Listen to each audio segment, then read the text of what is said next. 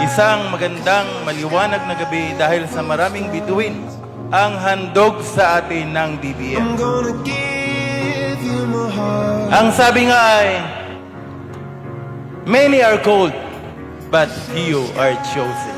At ang mga mananalo at hindi mananalo, sa aking pananaw, basta makatungtong sa ating entablado, mayroon na kayong panalo sapagkat maraming hindi kinayang makarating sa entabladong ito. Tayo po ngayon ay nagdiriwang ng ika-122 taong pagkatatag ng ating bayan.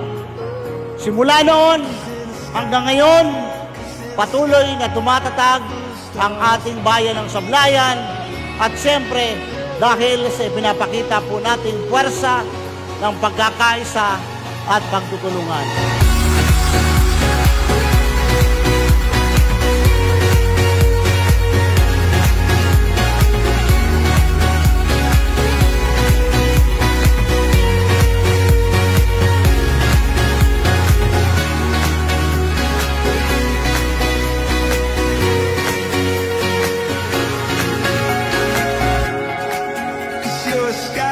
Gawin po natin makabuluhan, produktibo, at maging masaya para sa atin ang pagdiriwang na ito.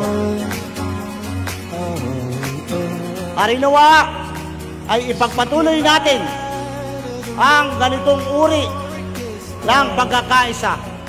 Dahil kung magkagayon, inaasahan na natin ang tuloy-tuloy na pag-unlad ng bayan ng Sablayan.